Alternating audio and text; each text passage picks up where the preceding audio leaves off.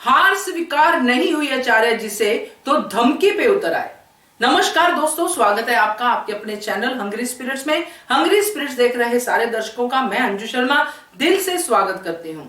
जब बहस खत्म हो गई, तर्क वितर्क खत्म हो गए, शास्त्रार्थ खत्म हो गया, तो साफ साफ दिख रहा था कि विजय जो है वो अहिल्या देवी की हुई है। इसीलिए उन्होंने बड़े विनम्र भाव से तोहफे की डिमांड की कि इस जो कपल है, जो रेणु और परीक्षित है, उनकी शादी करके उनको एक सुखमय जीवन जीने का तोहफा दे ये दरबार। इस पे वो भड़क गए।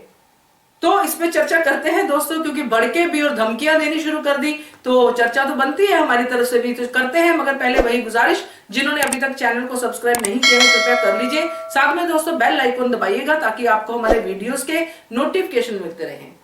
मैं ये देख के हैरान हो गई दोस्तों, आपको बताऊं, क्योंकि अगर आचार्य जी ने पहले ही सोच रखा था कि यही फैसला होना चाहिए, तो फिर उनको सीक्रेट मीटिंग करनी चाहिए थी खंडेराव से कि ये फैसला करो, नहीं तो मैं ये कर दूंगा। फिर इतना अडंबर करने की क्या जरूरत थी?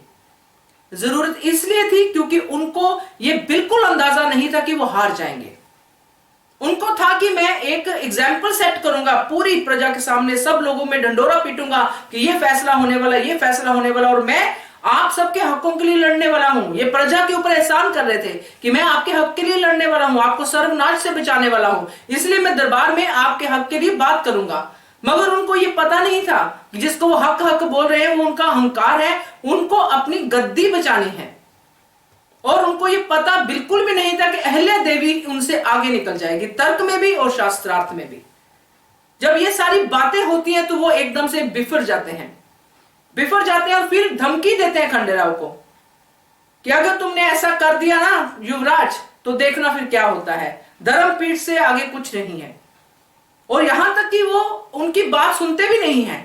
तो मेरा तो सवाल यह है दोस्तों कि जो धर्मपीठ के आचार्य जी हैं, जिन्होंने इतने शास्त्र पढ़े हैं, जिनको अपने राजा का ही मान रखने की अक्ल नहीं है, अक्ल ही बोलूंगी मैं, सॉरी टू से अगर किसी को बुरा लगा हो, बट उनको अपने ही राजा का दरबार में अपमान करने का हक मिला हुआ है, तो ऐसे शास्त्र पढ़ने वाले आचार्य जी कोई भी हो, उनको कभी भी ये जो है हम लोग एप्रिशिएट नहीं कर सकते हैं।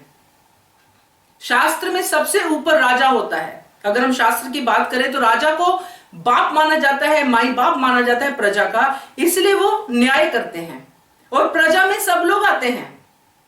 ये तो वही हो गया कि धर्मपीठ, अगर आप धर्मपीठ के हिसाब से न्याय नहीं करोगे, इंसाफ नहीं करोगे, तो हम आपकी ईंट से ईंट बजा देंगे।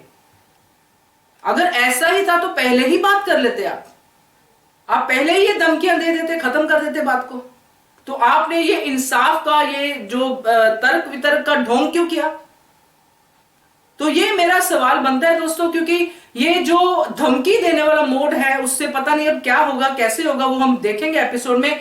मगर फिलहाल ये जो धमकी देने वाले आचार्य जी हैं, ये तो कहीं पे भी नहीं होने चाहिए। ऐसा गुरु कहीं नहीं होना चाहिए, क्योंकि ऐसे गुरु कभी अपने शिष्यों को सही शिक्षा नहीं दे सकते हैं। मेरा ये कहना है, आप बताइए आपका क्या कहना है, कमेंट कीजिए। देखते रहिए channel Hungry Spirits. Thank you so much. Bell button and enjoy the latest uploads from our channel.